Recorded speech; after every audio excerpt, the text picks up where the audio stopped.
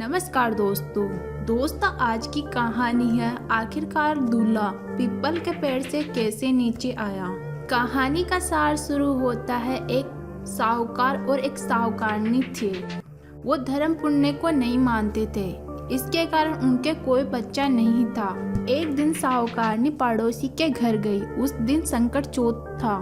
वहाँ पड़ोसन संकट चौथ की पूजा करके कहानी सुना रही थी।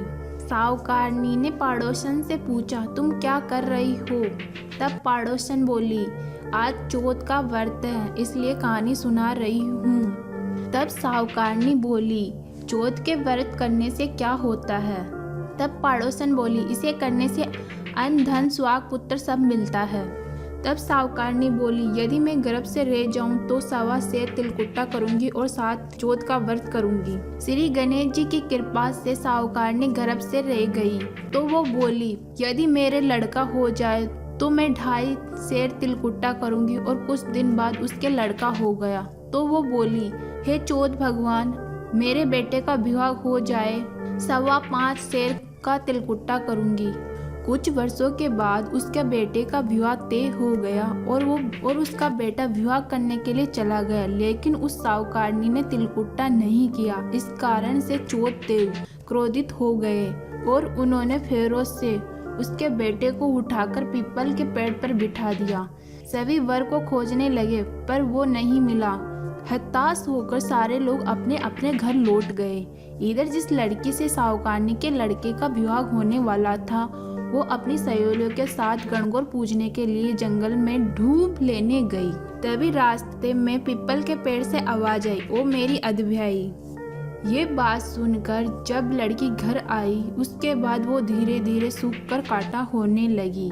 एक दिन लड़की की माँ ने कहा, मैं तुम्हें अच्छा खिलाती हूँ, अच्छा पिलाती हूँ, फिर भी तुम सूखती जा रही हो, ऐसा क्यों? तब लड़की अपनी माँ से बोली कि वो जब भी धूप लेने जंगल जाती है तो पीपल के पेड़ से एक आदमी बोलता है, ओ मेरी अदभ्याई।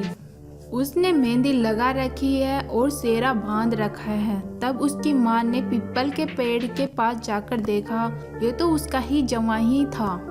उसकी माँ ने जवाई से कहा, यहाँ क्यों बैठे हैं? मेरी बेटी को अदभ्याई कर दी और अब क्या लोगे?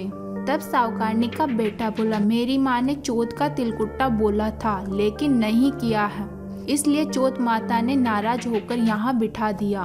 यह सुनकर लड़की की माँ साहूकारनी के घर गई और उससे पूछा कि तुमने संकट चौथ का कुछ बोला है क्या?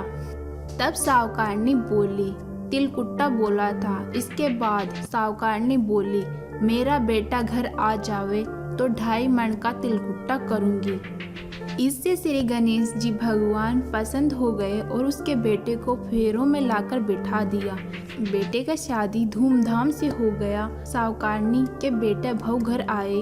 तब साहूकारनी ने 2.5 मन तिलकुट्टा किया और बोली, हे चौथ देव, आपके आशीर्वाद से मेरे बेटा बहू घर आए, जिससे मैं हमेशा तिलकुट्टा करके व्रत करूंगी। इसके बाद सारे नगर वासियों ने तिलकुट्टे का साथ संकट चौथ का व्रत करना प्रारंभ कर दिया।